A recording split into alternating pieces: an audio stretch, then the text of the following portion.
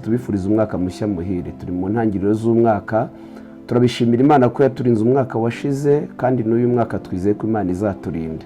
Reka dushimire Imana kubw'amashimwe. Hari abantu bamaze iminsi bampamagara, ni ukuri njya mbabwira ngo ndezezwa no kumva hari umuntu umpamagaye ambwira ngo hari igitangaza Imana yamukoreye, hari ishimwe afite, binezeza umutima wanjye kandi nanjye bisubizamo ibyiringiro.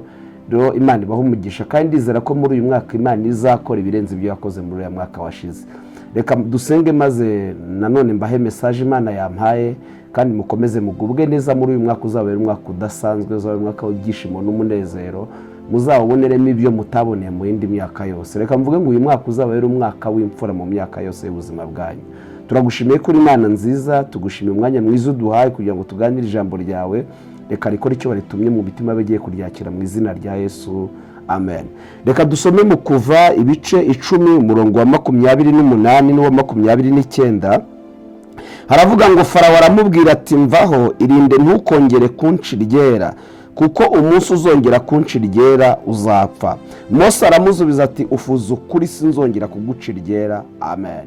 Ngufite ijambo ry'ubuhanuzi Imana yanshyize ku mutima, ijambo rivuga ngo hari ibintu utazongera guciryera mu buzima bwawe. Hari ibintu Imana igiye gukuraho, hari ibintu Imana igiye kwegezayo. Reka mbabwire, rimwe na rimwe hari igihe umukozi w'Imana atanga ijambo yahawe, yaba ngewe cyangwa yaba n'undi, ndabizi neza yuko tujya twumva abakozi Imana batandukanye, kubera ko dusanzwe turyumva, kubera ko dusanzwe turibwirwa, yewe hari n'abaryumva basanzwe baribwiriza, ukumva ni ibintu bisanzwe. Ariko reka mbabwire, ijambo ry'Imana ntirijya rimanukira ubusa, rimanuka hari icyo Imana yaritumye. Iri jambo Imana yarishyize ku mutima, irambwira ngo nze ndibabwire, mbabwire ko hari ibintu Imana igiye gukuraho mu buzima bwanyu ku rwego mutazongera kubiciryera. Uyu nguyu ni Farawo wabwiraga Mose. Yari abizi neza yuko we yumvaga mu butware bwe, mu bushobozi bwe, yumvaga hari icyo agiye gukora kugira ngo Mose atazongera kumuciryera. Kumbi ntabwo abizi ko ahubwo hari icyo Imana igiye gukora Mose n'Abisiraheli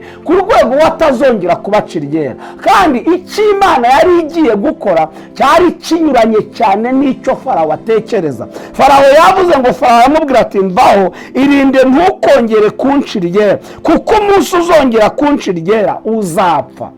Yari abizi neza ko urupfu ruri imbere ya Mose, ariko Mose nawe amusubizanya gushira amanga, amusubizanya ubutware bw'Imana azi. Aravuga ngo, Mose aramusubiza ati uvuze ukuri, sinzongera kugucirya. Kubera iki? Hari hagiye kubaho ikintu Imana yagambiriye gukora kizatuma Mose atongera kubona na Farawo. Hari ikintu Imana izakora muri uyu mwaka, hari ibintu Imana izakora muri uyu mwaka ku rwego utazongera kubona ibyo bintu byari bihagaritse umutima. Iyo mvuze iki ngiki, umuntu umwe yigezamo ubuhamya, arambwira ngo jyo nabaye mu buzima bugoye, ambwira amazu bamusohoyemo, ambwira amazu yazengurutsemo, arambwira ngo Imana yajyaga imbwira ngo izampa umugisha ku rwego nzajya byibuka nk'amateka, ku rwego nzajya mbyibuka nk'ubuhamya bw'ibintu byabaye. Ariko arambwira ngo sinumvaga ko bizashoboka. Ahubwo buhamya yari ari kumbwira ko ageze ku rwego rw'amazu 16.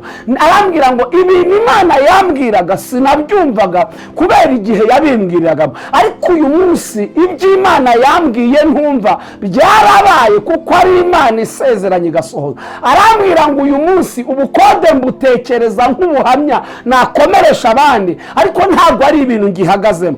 Nshatse kuvuga iki rero? Hari ibintu Imana igiye gukora mu buzima bwawe, hari ibintu Imana igiye gukuraho, hari amateka Imana igiye kwegezayo. Nagutumyeho ngo nkubwire ngo hari ibintu utazongera guciryera mu buzima bwawe. Hari ibyari biguhagaze imbere, hari ibyari bikuzengurutse. Haravuze ngo nyura mu misozi ahose niko harushya umutima, ngo ariko nyasaba Uwiteka, Uwiteka nawe ntatinde kunyumva. Abisirayeli bageze ku nyanja itukura, ngo imbere babonaga inyanja, inyuma bakabona ingabo za Farawo, hakurya no hakuno babonaga imisozi, nta butabazi babonaga.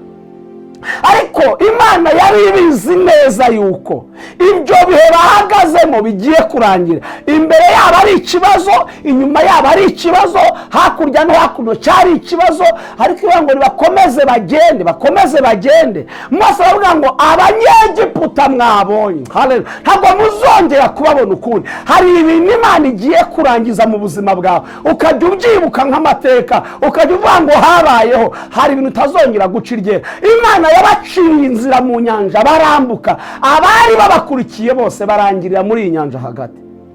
Reka nkubwire ngo hari ibintu utazongera guca iryera. Hari ibintu Imana ikuyeho ku buzima bwawe. Ibi ndabivuga ari amagambo, ejo bizaba ibikorwa, biraza ari amagambo, ariko Imana irabyambika umubiri, Imana irabyambika ubuzima. Na Mose ntiyarazi ngo bizagenda gute, ariko Imana yari izi ko izabera. Icyo kibazo utazi uko kizagenda, iryo deni utazi uko rizarangira, Imana yambwiye ngo nkubwire ngo hari utazongera guca iryera muri uyu mwaka. Hari ibintu Imana izakoramo, hari ibintu Imana izarangizamo, ukajya ubyibuka nk'amateka ariko bitagihari. Ndashimira Imana ko yakuntumye ngo nkubwire ngo mupapa unteze amatwi, mumama unteze amatwi, musore nawe mukobwa, hari utazongera guca iryera mu buzima bwawe. Ujye ubyibuka nk'amateka y'ibyabaye ariko bitagiha. Imana ibaha umugisha, Imana ibagire neza. Nange utumwa nkubwire ngo hari utazongera guca iryera, kandi urabizi hari ibiguhagaze imbere, hari ibiri inyuma yawe.